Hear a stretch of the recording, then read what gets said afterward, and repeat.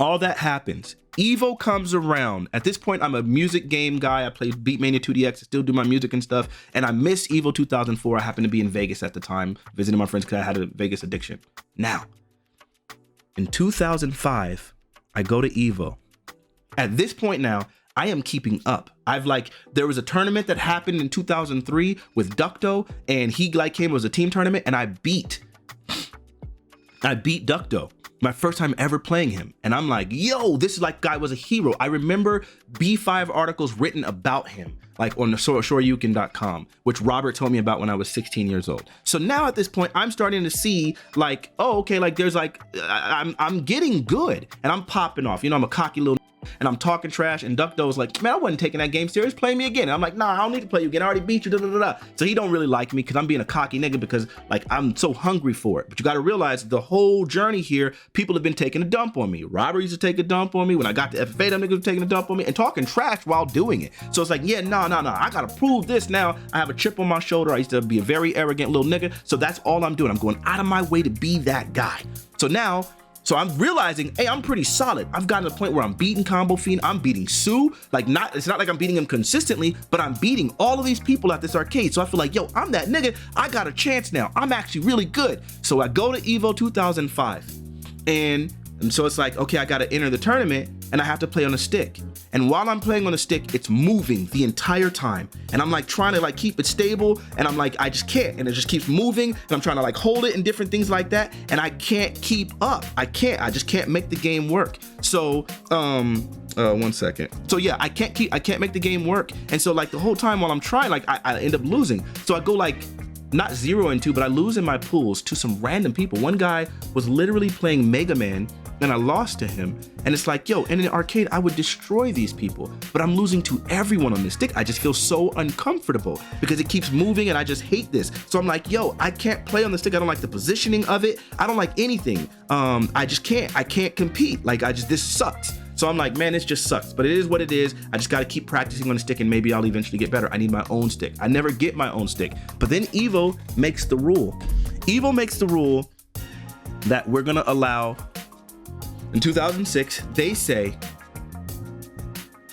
we're making a rule that in-game macros are allowed. Now, at this point, I've gone to Mega Man DS's house and I played a long session with him. He had a joystick and I had my pad. And at first, I was playing him on the joystick. We were going back and forth. He was probably winning a little bit more, but then I switched to the pad, and that Preppy has that match. It was a long match. It was a long upload, and it was literally an hour and a half footage. It was very embarrassing just because of the way I was talking at the time and all of this nonsense. Hey, that Ralph. whole moment with, all right, chat, I see what we dealing with, was the funniest thing I've seen in a long time, lol. My nigga, I can't. I don't know what's wrong with that nigga Rob TV, but I don't know. He probably just wanted to make some entertainment. But I'm not here to yell, to attack you or anything like that. I am offended, and we're talking about that. So I'm not trying to attack you. So are we on the same footing with that? Sure. I just think it's basic. If I stop speaking, then you can obviously respond. I took it sarcastic when you asked, okay, can I respond now? Almost as if you were trying to indicate that I had been going on for too long. Because if I stop talking, obviously, and when I'm done talking, you talk, and when you're done talking, I talk. So it seemed like that question didn't need to be asked. So I probably took it the wrong way. But if you didn't mean it in that way, then that's probably a misunderstanding on my part. We can move forward amicably. All right, chat, I see what we're dealing with today. Let's get into this shit. Okay, I'm glad you just responded like that. Let's have some fucking fun. I'm not even mad no more. I see what type of guy I'm dealing with here and everything. So let's talk about it. So, no, I actually was not acting on the behalf of mob or anything like that. Long story short, now I'm playing Mega Man DS, and this is the first time I'm playing against a real person where I switch in the one button dash, but I'm still, I think I was on a Dreamcast controller at the time, but either way, or maybe I was on a converter, but either way, so now I do this one button dash and I see that while I'm losing the assist and stuff, I am beating him really consistently. Because that's what I've played on. All of my training has been on the PlayStation 2, aside from me going to the arcade during these times. And I feel comfortable in the arcade. But I realize how terrible I am on a console pad, okay? Right? I do lose an assist. So now I'm like, hey, this is the way to play. I realize how good I am. One day Chunksta comes into town and I played Chunksta at Mega Man DS's house and I wash him really bad. The last round was a perfect. before we headed to the arcade to go ahead and play everyone else. And so I'm like, yo, this guy is the guy. This is 2006, and I'm like, this is the guy, like, because you know he made a really big splash in 2005, and I'm like, I just perfected this guy. So I'm living in that moment. I'm living in it. Like, yo, this is crazy. We go down to FFA, and I'm watching him there too. I actually have like probably a 95% success rate in money matches against Chunkster at Family Fun Arcade. In fact, it gets so bad that like on the last two, after the last round, because he keeps wanting to run it back, on the last match, I'm like, bro, I'm not money matching you anymore, and you can keep the money from this match. Like, just keep it. I don't want to money match you anymore. I feel really bad because Chunkster I thought was a nice guy. So then it's like, yo, I feel bad taking this guy's money, and he's obviously like frustrated, and he's complaining about the sticks and stuff, which I feel like I'm doing fine. But ultimately, I know that I'm home court advantage. I give him back his money, and it's like, yo, no, like I don't want to. I'm not money matching you anymore. I'll play you however much you want to, but I don't want to money match you anymore. Now, 2006, Evo announces, you guys can use anything you want as long as it's in game. You can use any macros you want. Danny says, you see this rule? That means you could play with your one button dash. And I go, you're right. That's what I feel comfortable doing. Let's do it. So now I go to Evo, and I'm practicing with my controller and all that stuff. I'm practicing on PlayStation 2. I end up going to Evo. My first Evo, I got like washed, didn't make it out of my pools, lost to complete randoms. 2006, I get there. And now I am cleaning the freak up. I am money matching everyone I have a chance to. I'm like washing everybody. I probably have like a 90% success rate.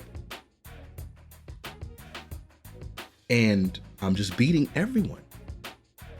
But everyone's hating on me, but I don't care. I'm washing these niggas. Now, I end up losing in pools to Chris Schmidt. Chris Schmidt plays MSP. I clap him game 1. He claps me game 2. Game 3, I'm clapping him, and he ends up coming back with like 4 times Hypergraph Tempest, and he beats me. He basically Hypergraph Tempest me, and I couldn't get out. Then I end up losing to this guy named Eder. We called him Eder the Cheddar. He was playing with Magneto and like Storm's vertical assist, and none of us had really fought against that. We didn't really know how to deal with it, and I lost. Chris got top 8, Eder got top 8. So it was like, yo, okay, that's it. Like, I'm out. But I continue to do a gang of money matches. And I'm telling you, I am that nigga. Now time goes back. I'm back in the arcade. I'm playing my games, whatever. But I've made a really big splash in the sense that I've money matched a gang of people, and I feel like I am that dude. I just gotta do better. I lost to the 2 niggas that got top 8. So I'm telling myself that over and over again. The only people that beat me were top 8 niggas. That means I could have, if I didn't have to fight them, I could have been top 8 myself. Okay? 2007 comes around, and we're training in all of these things. I'm like doing a lot of music games, but I've kind of retired like music games at some point. I'm playing a lot of Final Fantasy. I end up going to Low Tier God's house, and I'm like complaining to him because some people are starting to beat my Beatmania 2DX stores. I don't want to make this into a music game story, but long story short, he tells me, yo, come to my house and bring the game here. My family have had an intervention. They tell me I can't play Beatmania anymore, so now I can't play Beatmania anymore. But then Low Tier God is like, yo, play at my house. Play at my house. You got like, you think you can set them scores? Come, you show it. Bring it to my house. So I bring the game over to his house, and I start playing, and I set these these US records and all of that. And now I'm just chilling with him a whole bunch, and this is like right around Evo time. And so then I'm like playing Final Fantasy, and I should be training, but I'm not. I'm just whatever. Long story short, eventually I got to figure out how I'm gonna get to freaking Evo, and I hit up this one dude, and I can't remember his name. Oh gosh, I want to say it's something with an R. He's actually he's a good player now, but I go with this guy named Suicide Speedy, and then like these other 2 dudes, the ones who eventually were on my team for that team tournament that year. And I go and I practice a bunch of Marvel vs. Capcom 2, and on the last day, like I go to Ricky's house and I play him, and I'm like washing him. I'm playing really good. And I ask, because I said at this point now, every year, 2006, I start the Fanatiq money match thread on SRK. And it's just like, anyone who wants to money match me, let me know how much we're playing for, and I'm doing it, right? And I would go to Evo, and I swear on my life, I would get to the ballroom, and I would sit at a money match station, and I would stay there, and I didn't believe in eating food, and I would go literally the entire day until that nighttime without eating.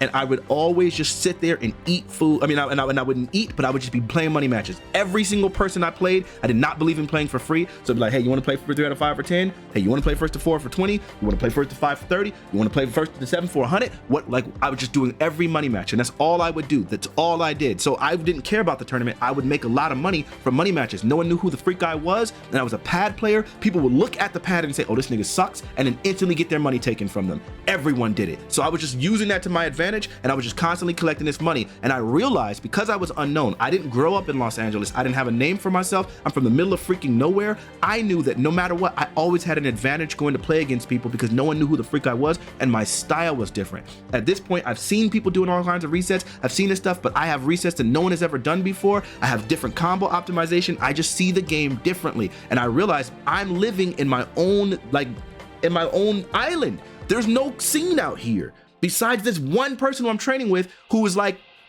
I'm telling you, one of the best defensive players I've ever played in my life. So like, opening him up, there was a bunch of resets that Yipes used to do that I didn't do because it's like, yo, these don't work, because they're like slightly slower, and my friend would block them, and I'd be like, yo, this doesn't work. So then now I'm starting to do them because I'm like, let me try these on everyone else, and I realize, oh, it's not that the resets don't work, it's that they just don't work on this guy. He's too quick. So now I realize, okay, there's a whole bevy of resets and things that I'm not using because I thought that they were unoptimal or that they weren't really practical, but in reality, it's just this guy is particularly good at blocking. So long story short, 2007 comes around, now I'm a pad player, and I'm actually like kind of whipping. I'm just going through, I'm playing my tournament, so on and so forth. I done started the Fanatiq money match thread. I done ran through as many people. I done trained with Ricky the last day before this tournament in 2007 because I saw him like Smooth Viper, and I'm like, yo, I think I could beat him. I think I got him. Like, I don't think he's that nigga. I think I got him. And so he was like, I don't know, bro. He's so fast. And da-da-da-da. So I play him, and I'm washing Ricky, and I'm like, yo, you think I got it? And he was like, I don't know, bro. I feel like he never was like supportive in that way. He was always never going to give me the props or the credit that I was really that nigga. But I didn't matter. He was a training partner, and he was like one of the best fighting game players I've ever met in my life. So I knew like it was still beneficial, but he never was going to give me the personal confidence. So then I'm being doubted by even my friends, but that's fine.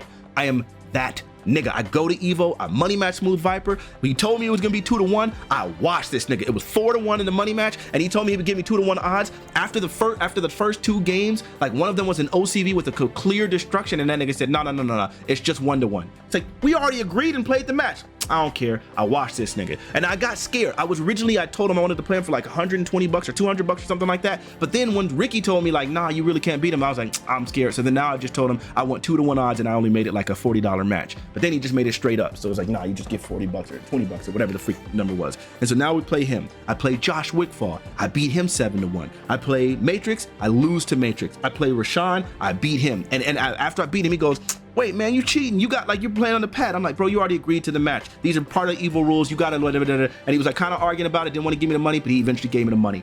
So now at this point, like, I'm that nigga. Like, I feel like, yo, I'm that dude. And now we're playing the tournament, and I don't know anything about brackets or any of those things, but I'm just there. Like, they call my name. First off, I didn't even register for Evo 2007. I didn't register. I didn't know what the freak I was going to do. I didn't register, but I went up to, who's it? Mr. Wizard. I didn't register for the tournament, and I go up to Mr. Wizard on the day of the tournament, and I say, man, can I get in the tournament? And he says, it's locked out. And I say, can I pay you? Can I get? And so he says, give me $100 bucks. And I give him $100, and he goes ahead and writes me into the tournament anyway, even though I didn't sign up in time. I didn't even know how I was going to get there. Okay, so now I'm at Evo. I'm in the tournament. Okay. So now I'm literally sitting there, and I'm just doing my tournament matches, and I'm just playing people, and I don't know a lot of these people. Finesse, I remember telling me he came up to him, and people, after I played this guy named Mad Blueface, and I beat Mad Blueface, and Finesse said people rushed him and was like, yo, Fanatiq just beat Mad Blueface. Now, at the time, I don't know who any of these people are. Like, it's just a random person that I'm playing that's playing Magneto Sentinel Commando. I don't know who the freak that is, but it's just like, yo, I beat this guy. And so, like, okay, that's a thing. And I'm telling you, I'm running through all these matchups, and I'm beating these people. And then at the end, they finally tell me, hey, Fanatiq, come back here. And they say, they're like, come back here. And then I sit down, and they do an interview. You know, that interview is online. This interview's online, of like, they interview me in the backstage. Interview Evo. Yeah, Evo used to do interviews back then, like for people who like whenever you like would do well in the tournament, like when for the top 8 people.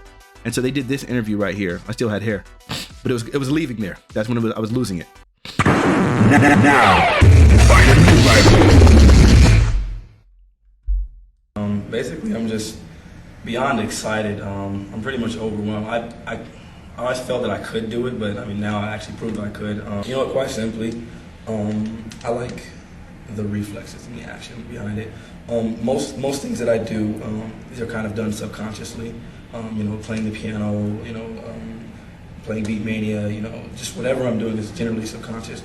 Marvel is the only thing that I've ever done that I felt like required all of my attention. Yeah, that makes me emotional. Man, that's so long ago. God. So that was the first year I ever hit top 8, okay? And at this point, you can tell I'm hoarse because I'm a pop-off dude, right? Like I'm like screaming and yelling this evil or whatever. I'm dealing with East Coast and all this kind of nonsense, and I like end up getting this top 8 at this freaking tournament, and it means everything to me. And here's what's really crazy about it, okay? Here's a story that most people don't know. Now, at this point, I've been playing this pad, but East Coast and just a lot of people are hating on me for playing on a pad because like, yo, one button dash, you're cheating, you don't got execution, da da da da da da da da. And so like that's just kind of like what I'm dealing with, okay? And I sit here and I think to myself, I don't really have a future in Marvel 2, so I can go ahead and say it now.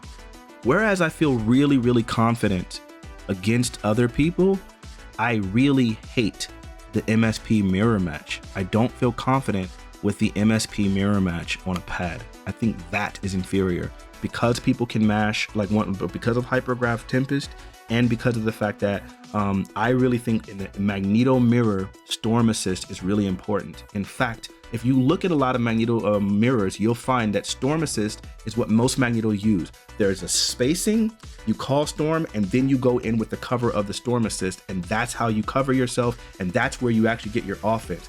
Then you bait out the Psylocke assist, respond to that bait, and that's how you punish them, right? That's what that game is. Now, Psylocke is undeniably important. She is literally she is both offense and defense.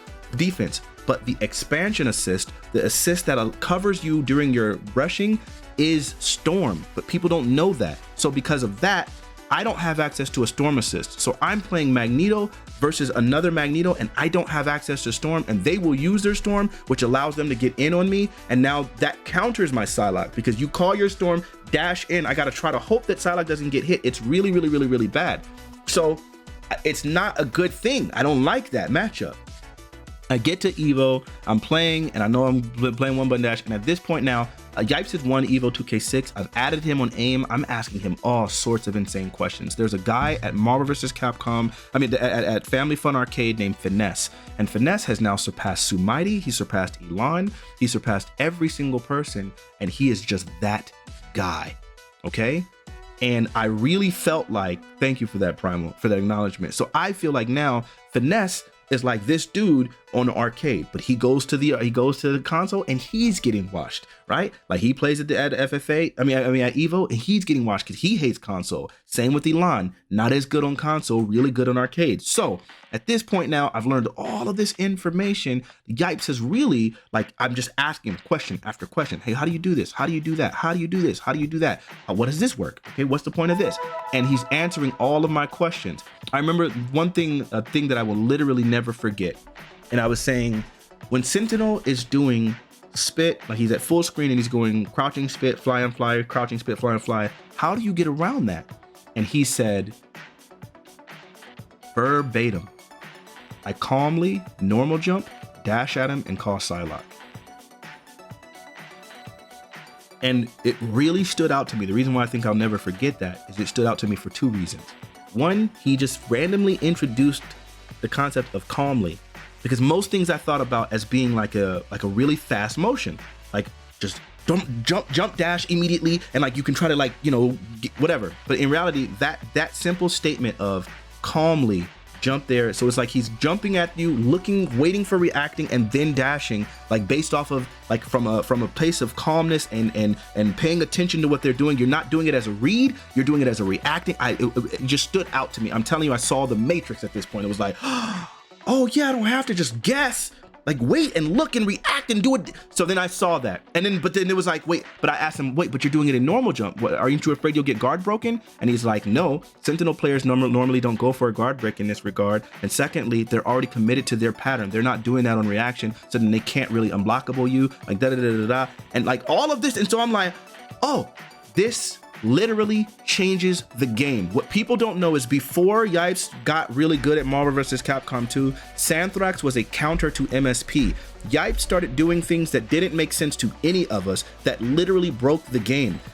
Normal jumping and dashing is so quick. It gets you right there to Sentinel, and it really stops him from being able to do his pressure, which now means that he can't just do crouching, spit, fly, and fly. He has to start mixing it up with standing, spit, fly, and fly, which means now he's at a mix-up to where sometimes he's gonna have to block. People did not do that. Look back at Marvel vs. Capcom 2. Find matches before 2006 or 2005 and find any match of like Sue Mighty, Combo Fiend, the Shady K, Genghis, Genghis wouldn't play it in Magneto. Justin Wong, find matches of any people doing normal jump dash at people with Magneto. That's not a thing. It sounds like crazy to me because it's such a simple concept. Look for it. That's not how people played Marvel vs. Capcom 2. Yipes introduced that. He literally revolutionized the way we saw MSP, and it stopped being, hey, this Santhrax counters MSP. It became, if you're sharp enough, MSP is the best team in the game, without a doubt. So long story short, I hate the MSP matchup. I hate it with my soul. I genuinely despise it because at this point, like I said, I lost to Chris Schmidt in 2006 because of Hypergraph Tempest, even though I had him beat. I had him dead to rights. Watch that match. Preppy got it somewhere. It's probably online somewhere. I had that nigga beat. And then he ended up beating me because of freaking Hypergraph Tempest. I couldn't do anything about it. So now I'm sitting there and I really am afraid of MSP. And now I'm about to play Yipes, who at the time I would consider him to be one of my heroes. This deep